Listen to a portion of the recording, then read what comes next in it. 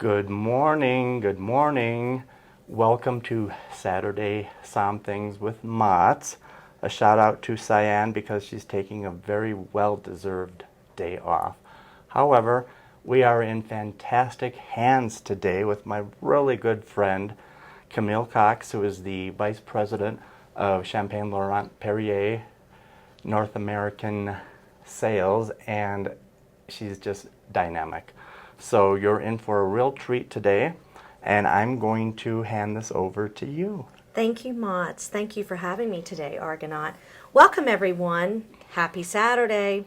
This morning is happy because we get to drink champagne and we get to taste 3 of the champagnes out of the 8 that Laurent Perrier has under the Laurent Perrier umbrella.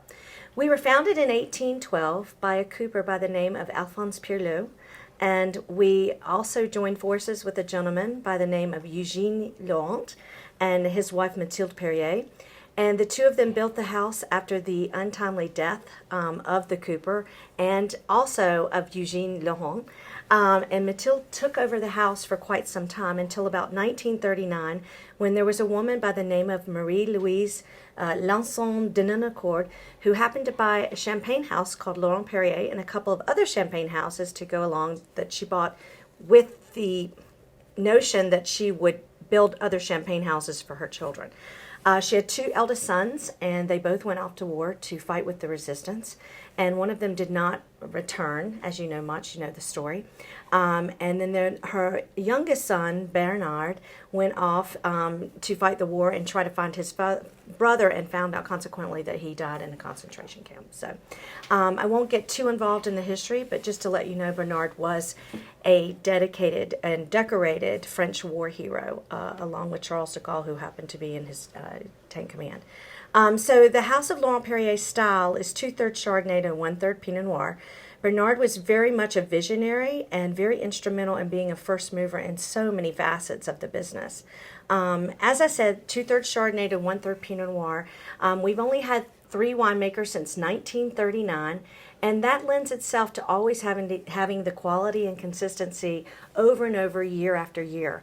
Our current winemaker, Michel Fauconnet, has been with us since 1974.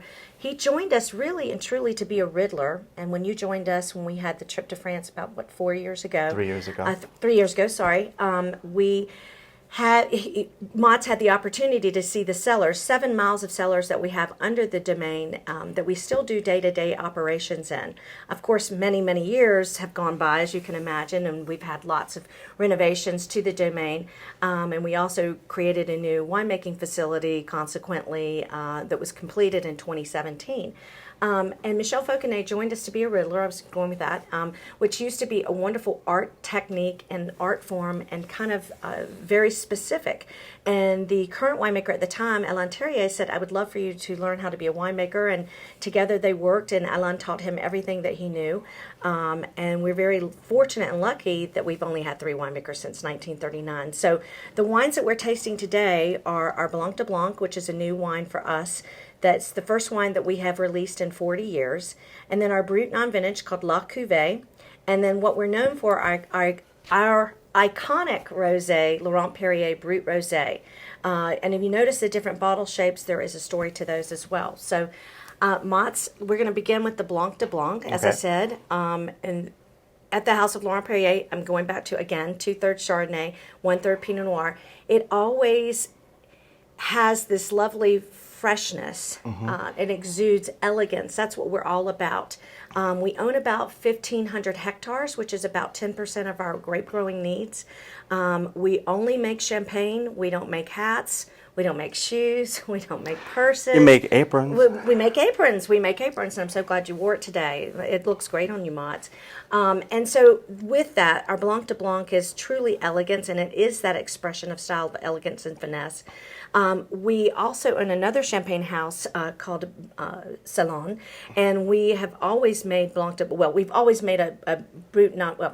Blanc de Blanc has no sugar, as you can see here, and we add no sugar at secondary fermentation. This ages 6 years on the lees, and it's from a village or in the Montagnards called Villa Marmoré, which is very much known for its chalky soil. It's called the Pearl Blanche, and it's absolutely gives it its characteristics. You see this lemony quality, but it's absolutely beyond. No sugar, as I said. It's beautiful. I love the nose. It's very clean and bright and citrusy. Yes. And Champagne Laurent Perrier don't age their champagnes in oak. It's all stainless steel, which leads to bright acidity and a crisp and cleanness that you can't find anywhere else. So And with you saying that too, we were the first champagne houses to move to stainless steel.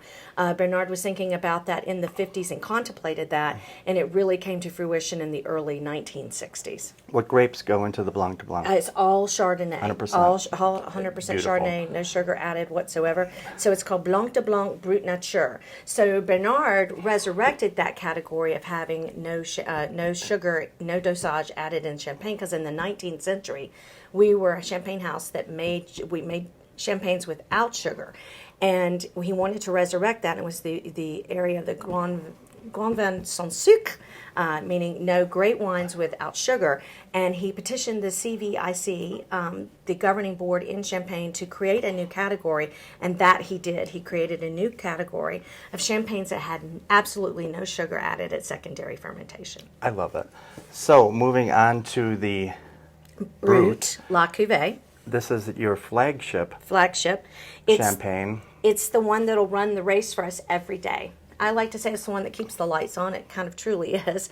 It's our Brut non-vintage, and it is always, it will always taste the same year after year after year. About 6 years ago, we released this in the U.S. We changed the name to La Cuvée. We doubled the aging factor with this as well, too. It used to be that you only had to age a Brut non-vintage for 15 months. We aged ours for 2 years. So about 6 years ago when we released this, 5 or 6 years ago, we doubled the aging process. So now we age this for 4 years. This is a blend of all three grapes, Chardonnay, Pinot Noir, and Pinot Meunier. I love it. It's perfect with fried chicken, popcorn, anything salty, every day, very affordable, very drinkable. This is my absolute favorite go-to champagne that Laurent Perrier produces. And here at Argonaut, we have the 187s, we have the half bottles, we have large formats. We make all the way up to 12 liters, which we can get in the United States. We have a container coming that will have some 12 liters, but we do make 3 liters. Love it. And last is our personal favorite, the rosé. It's just so special. First released in 1968. It's elegant. It has finesse, it has beauty and culture and everything wrapped up in a little pink bottle. Camille? And this little pink bottle, as you say, is very special. It's iconic for us. It's 100% Pinot Noir. There is no Chardonnay in this blend. There is no Pinot Meunier in this blend.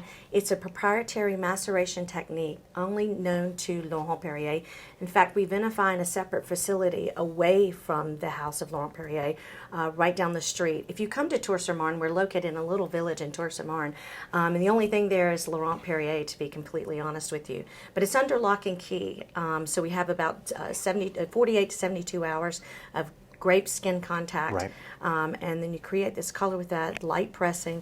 Totally different. There's 3 ways to make a rosé champagne: saignée, assemblage, and maceration, and we are maceration technique. This is what we're known for. I always tell people, they say to me, I have a bottle of Champagne Laurent Perrier in my refrigerator, and I'm saving it for a special occasion, and I think to myself, well, first and foremost, I laugh and giggle, and I think, well, first of all, the bottle's probably not great since it's been in your refrigerator, and secondly, if you've been saving it for a special occasion, you need to get a life and celebrate every day. That's what champagne is all about on so many levels. I totally agree. And you and I talk about this all the time when we're out having all the time. Drinks, or you're at my home and we're entertaining together. And thank you for your friendship, because we love this wine together. We do. Thank you for always being such a 100% on board with Laurent Perrier. We appreciate Argonaut and everything that you do for Laurent Perrier. And these wines are going to be on sale in front of the registers up front. And please like us on Facebook, like us on Instagram. Send your comments, come in and shop personally, ask for me, drink and buy Laurent Perrier because it's good for every day, and it's amazing. And I am such a big fan, and I've turned a lot of people onto Champagne Laurent Perrier because it's so affordable and it's so dynamic and tasty. Yeah. Bottom line, thank you so much for joining us today. Cheers. May all your pains be champagnes. I like that. I do too. Okay.